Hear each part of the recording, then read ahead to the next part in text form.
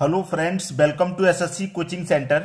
दोस्तों, स्क्रीन पर जो प्रश्न आपको दिखाई दे रहा है ये वही प्रश्न है जो मैंने आपको होमवर्क के लिए दिया था। और मैंने आपसे ये भी कहा था कि अगर आपसे ये प्रश्न हल नहीं हो पाएगा कोई बात नहीं, मैं इसका सॉल्यूशन कराऊंगा। ठीक है, मैंने इसका आंसर ही बताया था कि सी ऑप्शन इसका बिल्कुल सही जवाब है। और मैंने कहा था लॉजिकल प्रश्न है ये। अब देखिए लॉजिकल प्रश्न कैसे है, आपको इसका रिलेशन इससे साबित करना है 2/3 का 19/29 से। देखिए मैं यहां पर कहूंगा कि 2/3 है आपके पास, रिलेशन चाहिए 19/29 से। ठीक है ये बात। अब देखिए होगा क्या इस प्रश्न में, ध्यान दीजिएगा कि 2 है मेरे पास और यहां पर 19 है। मैं क्या करूं, इस 2 का जो गुना है वो 9 से कर दूं बाद वाली संख्या से, 2 गुने 9। ठीक है, और पहले वाली संख्या को कर देता हूं मैं प्लस। ठीक है, फिर भाई मैं यहां भी वही करूंगा कि पहली संख्या गुना दूसरी से करूंगा। देखिए यहां इसका गुना दूसरी संख्या से, कि यहां तो इसका गुना दूसरी संख्या से करूंगा, मतलब 3 का गुना 9 से करूंगा। और पहले वाली संख्या को प्लस में लिखा तो यहां भी पहले वाली संख्या को प्लस में लिख दूंगा। ठीक है, 2 का गुना 9 से करूंगा 18 हो जाएगा और ये +1 हो गया। ठीक, 3 का गुना 9 से करूंगा 27 हो जाएगा और ये प्लस का 2 हो गया।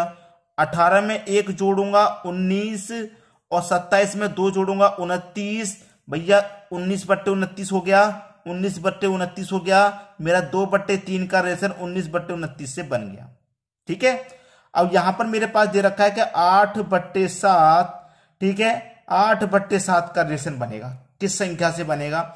यही तो लॉजिक है, यहीं पर बात समझ में आएगी। अब देखिए अगर आप ध्यान देंगे तो यहां सभी में लास्ट में 9 दे रखा है, यहां पर भी लास्ट में 9 है, तो ये बात तो कंफर्म सी है, लगभग 90% के बाद वाली संख्या 9 ही आएगी। क्लियर है? लेकिन हम कंफर्म है या नहीं है उसके ऊपर नहीं जाएंगे, हमारा जो तरीका है उससे करेंगे सॉल्व। ठीक है, देखिए तरीका क्या है, यहां पर 2 का रिलेशन 19 से था। ठीक है, मतलब 2 का रिलेशन 19 में अगर मैं नजर डालूं कि यहां पर 2 है और यहां पर 1 है, मतलब 2 से 1 कम संख्या है। यहां पर 3 है, यहां पर 2 है, मतलब 3 से 1 कम संख्या है। उसी तरीके से यहां पर 8 है मेरे पास, तो यहां 8 से 1 कम संख्या मतलब 7 आ जाएगी। आएगी कि नहीं आएगी? ठीक है, और यहां 7 से 1 कम संख्या मतलब 6 आ जाएगी। क्लियर है? तो 7/6 हो गया ये, मतलब पहली संख्या मैंने दोनों की निकाल ली। 2 से 1 कम 1, 3 से 1 कम 2, 8 से 1 कम 7, 7 से 1 कम 6। तो पहली संख्या 7 हो गई, नीचे में पहली संख्या 6। तो 7 और 6 कहां पर है? 7 और 6 यहां पर भी नहीं, यहां पर भी नहीं, 7 और 6 यहां पर है। ठीक है, तो यहां पर भी 9, यहां पर भी 9, यहां पर भी 9, यहां पर भी 9, ये हमारा आंसर मिल गया। ठीक है, मिला कि नहीं मिला? अब मैं करूंगा क्या, वही लॉजिक लगा के देखूंगा जो यहां लगाया था, पहली संख्या का गुना यहां बाद वाली से, यहां भी पहली का बाद वाली से। मतलब 8 का गुना किससे कर दूंगा? 9 से कर दूंगा और पहले वाली संख्या को ऐड कर दूंगा। ठीक है, यहां देखिए 7 का गुना 9 से कर दूंगा और पहले वाली संख्या को ऐड कर दूंगा। ठीक है, 8 9 72 होता है, 72 प्लस में कितना 7, यहां पर 7 9 63 होता है और प्लस में कितना 6। 72 में 7 जोड़ूंगा 79 हो जाएगा, 63 में 6 जोड़ूंगा 69 हो जाएगा। तो 79/69, 79/69, 79/69, वही आंसर आया कि नहीं आया? वही आंसर मेरा आ गया। तो मैंने पहले ही बता दिया था कि इस प्रश्न का जो आंसर आएगा वो थोड़ा लॉजिकल तरीके से आएगा। और सी ऑप्शन जो बच्चों के लिए मैंने होमवर्क दिया था उन्होंने कौन सी कैलकुलेशन लगाई ये मुझे नहीं पता, लेकिन अगर ये कैलकुलेशन लगाए तो सभी का यही आंसर आ रहा होगा। इसलिए मैं कहता हूं नंबर एनालॉजी एक ऐसा चैप्टर है जो कभी भी खत्म नहीं होता, कोई भी प्रश्न उसमें किसी भी लॉजिक से दिया जा सकता है। तो उम्मीद करूंगा ये प्रश्न आपको बहुत पसंद आया था। ठीक है, ये होमवर्क वाला प्रश्न था। अब देखेंगे आज के वीडियो में जो प्रश्न रखे गए हैं उनको देख लेते हैं। ठीक है दोस्तों, चलिए स्टार्ट करते हैं। आज का जो वीडियो है वो चक्रवृद्धि ब्याज पर आधारित है। ठीक है, चक्रवृद्धि ब्याज के प्रश्न हैं और आप अच्छे से जानते हैं चक्रवृद्धि ब्याज कंपाउंड इंटरेस्ट हमारे लिए कितना जरूरी है। तो प्रश्न है आपका, 1000 रुपए पर 2 वर्ष का 10% वार्षिक दर से चक्रवृद्धि ब्याज क्या होगा? ठीक है, देखिए हमेशा याद रखना कि प्रश्न में अगर आपको रेट दे रखा है तो प्रश्न सॉल्व हो गया। रेट दे रखा है आपको 10% का, 10% की फ्रैक्शन वैल्यू क्या होती है? 10% की वैल्यू होती है 1/10। कैसे होती है सीख लीजिए। आपके पास 10% है तो 10 लिखेंगे और परसेंट का मतलब होता है बटे में 100। तो 10 से काटेंगे 10 से कम 10, 10 से काटेंगे 10 बार में, तो 1/10 आ जाएगा, 1/10 आ गया। तो 10% की फ्रैक्शन वैल्यू 1/10 होती है इस तरीके से सॉल्व करने के बाद। ठीक है, याद रखना इस तरीके के प्रश्न में एक तरफ लिखेंगे प्रिंसिपल, एक तरफ लिखेंगे अमाउंट। प्रिंसिपल कितना दे रखा है आपके पास, अमाउंट कितना दे रखा है आपके पास, उस पर मत ध्यान दीजिए। मैं क्या कह रहा हूं उस पर मत ध्यान दीजिए, जो मैं बता रहा हूं उस पर ध्यान दीजिए। ठीक है, देखिए आपके पास जो नीचे वाली वैल्यू होती है आप अच्छे से जानते हैं वो प्रिंसिपल होता है, और नीचे में ऊपर वाली को जोड़ देंगे तो वो आपका अमाउंट हो जाता है। तो नीचे वाली प्रिंसिपल है आपका 10 रुपया, अमाउंट कितना हो जाएगा, 10 में 1 रुपया जोड़ देंगे तो 11 रुपया आपका अमाउंट हो जाएगा। अमाउंट का मतलब मिश्र धन हो जाएगा। ठीक है, अमाउंट का मतलब मिश्र धन हो जाएगा। अगर प्रश्न 2 वर्ष का है तो पावर 2 कर दीजिए, 3 वर्ष का है तो पावर 3 कर दीजिए। ठीक है, क्लियर हुई बात। अब 10 की पावर 2 का मान कितना हो जाएगा भाई, 100 हो जाएगा। 11 की पावर 2 का मान कितना हो जाएगा, 121 हो जाएगा। अब 100 रुपए की चीज को आप 121 में बेचेंगे तो कितने का प्रॉफिट हो जाएगा, 21 का प्रॉफिट होगा कि नहीं होगा। कितने का प्रॉफिट हो जाएगा भाई, 21 का। आपसे पूछ रहा है प्रश्न में कि चक्रवृद्धि ब्याज बताइए क्या होगा। यहां पर प्रिंसिपल कितना है, 100 रुपया है, और यहां पर प्रिंसिपल कितना है, 1000 रुपया है। तो 100 प्रिंसिपल यहां पर है, रियल में 1000 है, तो 100 से 1000 कितने गुना पर है, आप बोलेंगे 10 गुना पर है। जब प्रिंसिपल आपका 10 गुना है तो अमाउंट भी आपका 10 गुना होगा और ब्याज भी आपका 10 गुना होगा। जो फायदा है वो भी 10 गुना होगा। 100 रुपये पर 21 रुपया ब्याज मिला, तभी तो 121 रुपया मिला अमाउंट। ठीक है, तो हर चीज क्या हो जाएगी, जब आपका प्रिंसिपल आपका 10 गुना जा रहा है तो ब्याज भी 10 गुना जाएगा, अमाउंट भी 10 गुना जाएगा। अमाउंट पूछ रहा है, क्या पूछा है, चक्रवृद्धि ब्याज पूछ रहा है, तो ब्याज को 10 गुना कर दो भाई। 21 का 10 गुना करेंगे कितना हो जाएगा, 210 हो जाएगा। तो ब्याज 10 गुना हो गया भाई 210 रुपया। 210 दे रखा बी ऑप्शन में, ये आपके प्रश्न का बिल्कुल सही जवाब है। आसानी से समझ में आ रहा है, कोई परेशानी किसी को नहीं आएगी। अब देखेंगे अगला प्रश्न। अगला प्रश्न है 12.5% वार्षिक दर से 6400 रुपए का 2 वर्ष बाद चक्रवृद्धि ब्याज ज्ञात कीजिए। अच्छा प्रश्न है, धमाकेदार। मैंने क्या बताया कि आपके पास परसेंट दे रखा है, तो इस तरीके के प्रश्न को आसानी से सॉल्व। 12.5%, 1/2%, 12.1/2 का मतलब है 12.5%। इसकी फ्रैक्शन वैल्यू क्या है, सही में रियल में सॉल्व करें। 2 का मल्टीप्लाई 12 से करेंगे 24, 24 में जोड़ेंगे 25, 25/2 कितना हो जाएगा भाई, 25/2। परसेंट का मतलब क्या होता है, बटे में 100 होता है, तो बटे में 100 और आएगा ये। ठीक है, तो 25 रहा ऊपर, बटे में कितना है, 2 का मल्टीप्लाई 100 से करूंगा 200 है बटे में। 25 एक बार में कटेगा, 25 से 8 बार में कटेगा तो 1/8। तो नीचे वाली वैल्यू प्रिंसिपल। ठीक है, तो एक तरफ प्रिंसिपल लिख लो, एक तरफ अमाउंट। प्रिंसिपल कितना हो गया, 8 रुपया हो गया, और 8 में 1 जोड़ेंगे तो 9 रुपया हो जाएगा, अमाउंट 9 रुपया। अगर प्रश्न 2 वर्ष का है तो पावर 2 लिख देंगे, और 3 वर्ष का रहेगा तो पावर 3 लिख देंगे। ठीक है, 8 की पावर 2 का मान 64 रहेगा, 9 की पावर 2 का मान 81 रहेगा। 64 रुपए की चीज को आप 81 रुपए में बेचेंगे, कितने का फायदा, आप बोलेंगे सर 17 रुपए का फायदा। ऐसा समझ लीजिए कि 64 रुपए आपने किसी पे ब्याज पे दिए और 81 रुपये आपको पूरा मिला, तो उसमें 17 रुपये आपको ब्याज का मिला। ठीक है, प्रिंसिपल कितना भैया, यहां पर 64 रुपया है, और यहां पर प्रिंसिपल 6400 है। कितना है, 6400 है।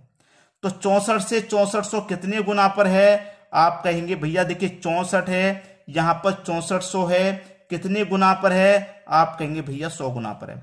जब प्रिंसिपल 100 गुना है तो ब्याज भी 100 गुना रहेगा, और आपका जो अमाउंट है वो भी 100 गुना रहेगा। अब जो पूछ रहा है बता दो, चक्रवृद्धि ब्याज ज्ञात कीजिए। ब्याज पूछ रहा है क्या होगा, तो ब्याज को भी 100 गुना करेंगे। तो 17 का 100 गुना कितना, 17 एकम 17, और 2 जीरो आ जाएंगे बाद में, मतलब 1700 आपका ब्याज रहेगा, जो कि सी ऑप्शन में दे रखा है। अमाउंट पूछता तो यहां पर 81 का 100 गुना कर देते, तो 81 का 100 गुना भैया 8100 हो जाता, तो 8100 इसका अमाउंट है। ठीक है, क्लियर है। हमसे ब्याज पूछा है, ब्याज हमने बता दिया। सभी की समझ में बात आ गई। अब देखेंगे अगला प्रश्न। अगला प्रश्न है, मूलधन 4500 रुपए हो तो 2 वर्ष बाद 6.2/3% वार्षिक दर से चक्रवृद्धि मिश्रधन क्या होगा। आपके पास ये दे रखा है 6.2/3%। इसको फ्रैक्शन वैल्यू सॉल्व करेंगे। 3 का मल्टीप्लाई 6 से करेंगे 18, 18 में 2 जोड़ेंगे 20, 20/3, 20 के बट्टे में 3। परसेंट का मतलब बट्टे में 100 होता है, तो ये कितना हो गया 20, और 100 का गुना 3 से करेंगे 300। 20 एकम 20 कटेगा और 20 से काटेंगे 300 को तो 15 बार में कटेगा, तो 1/15। नीचे वाली वैल्यू प्रिंसिपल अच्छे से जानते हैं आप, तो एक तरफ प्रिंसिपल लिख लो, एक तरफ अमाउंट। प्रिंसिपल कितना हो गया भैया आपका 15 हो गया, अमाउंट कितना हो गया 15 में 1 जोड़ेंगे 16 आपका अमाउंट हो गया। प्रश्न कितने समय के लिए है, 2 वर्ष के लिए है, तो पावर 2 रख देंगे आप। 15 की पावर 2 का मान होता है 225 और 16 की पावर 2 का मान होता है 256। ठीक है, अब देखिए यहां पर आपको कोई वैल्यू दे रखी है, मूलधन दे रखा है 4500 रुपए, प्रिंसिपल आपको दे रखा भैया 4500 रुपए और यहां पर प्रिंसिपल है 225 रुपए, तो 225 से 4500 कितने गुना पर है, आप बोलेंगे सर 20 गुना पर है। जब ये 20 गुना पर है तो जो ब्याज बनेगा वो भी 20 गुना बनेगा, जो अमाउंट बनेगा वो भी 20 गुना बनेगा। ठीक है, आपसे पूछ क्या रहा है प्रश्न में, चक्रवृद्धि मिश्र धन क्या होगा, मिश्र धन मतलब अमाउंट पूछ रहा है भाई, तो 256 का 20 गुना कर दो, बस आंसर आ गया। 256 का 2 से गुना करेंगे तो ये होता है आपका 512 और एक ही जीरो लगा देंगे लास्ट में तो 5120, तो आपके पास जो अमाउंट रहेगा वो 5120 रहेगा। अमाउंट कितना 5120, क्योंकि डी ऑप्शन में। इस बार ब्याज नहीं पूछा, ब्याज इस बार नहीं पूछा है। ठीक है, अमाउंट पूछ रहा है तो मैंने अमाउंट का गुना कर दिया। भाई जितना गुना प्रिंसिपल में रहेगा उतना ही गुना अमाउंट में रहेगा, उतना ही गुना ब्याज में रहेगा, याद रखना इस बात को। अब देखेंगे अगला प्रश्न। अगला प्रश्न है, कोई राशि 10% वार्षिक दर से उधार दी जाती है और 3 वर्ष के अंत में 1331 रुपये प्राप्त होते हैं, तो बताओ उधार दी गई राशि क्या है। भैया रेट कितना है, यहां पर 10% का रेट है। 10% की फ्रैक्शन वैल्यू 1/10 होती है। ठीक है, एक तरफ प्रिंसिपल लिखेंगे, एक तरफ अमाउंट लिखेंगे। प्रिंसिपल क्या है 10 हो जाएगा, 10 में 1 जोड़ दूंगा, अमाउंट मतलब 11। इस बार समय 3 वर्ष के लिए है तो पावर 3 रख देंगे। ठीक है, 10 की पावर 3 का मान कितना होता है भैया 1000 और 11 की पावर 3 का मान कितना होता है 1331। इतना क्लियर हो गया। अब यहां पर देखिए वर्ष के अंत में 1331 रुपए प्राप्त हो रहे हैं। कितने 1331 वर्ष के अंत में, तो इसका मतलब जो मिश्र धन प्राप्त हो रहा है वो 1331 प्राप्त हो रहा है लास्ट में। आपने बैंक में कुछ भी रुपया जमा किया होगा उसको लास्ट में 1331 रुपए प्राप्त हो रहा है, ये आपका अमाउंट प्राप्त हो रहा है, ब्याज ब्याज सब लगने के बाद। ठीक है, और अमाउंट पहले से भी 1331 है, प्राप्त 1331 हो रहा है, तो कितने गुना पर, 1 गुना पर है। 1331 गुना 1 से करेंगे 1331 रहेगा। जब अमाउंट 1 गुना है तो प्रिंसिपल भी क्या रहेगा 1 गुना, मतलब 1000 रहेगा। आपसे पूछ रहा था बताओ उधार दी गई राशि क्या है, तो भैया उधार दी गई राशि 1000 ही है। क्लियर, बी ऑप्शन क्लियर हो गया, समझ में आ गया, सभी के समझ में आ गया होगा।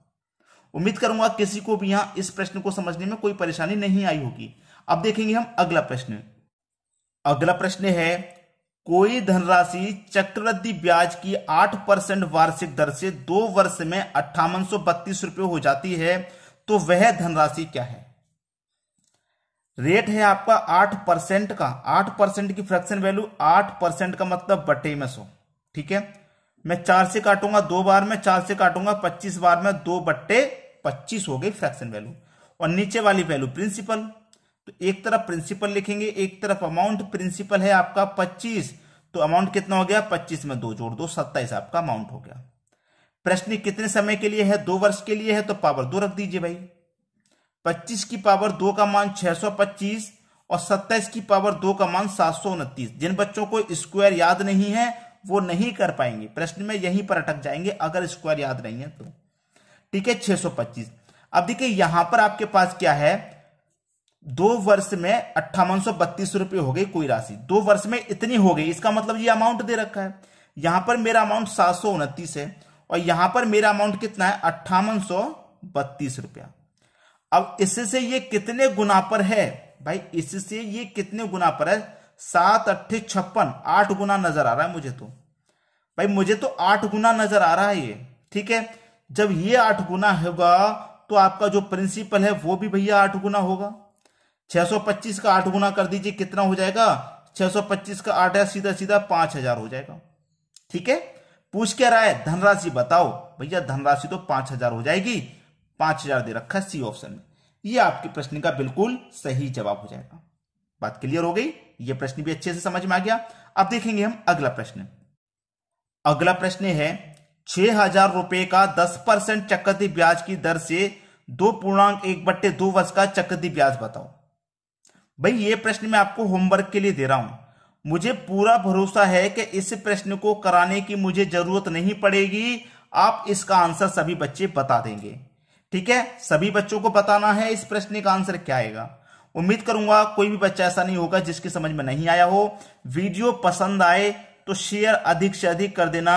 जो बच्चे आपके कांटेक्ट में हैं और तैयारी कर रहे हैं उनके पास तक वीडियो को जरूर पहुंचा देना, शेयर कर देना। ठीक है दोस्तों, धन्यवाद।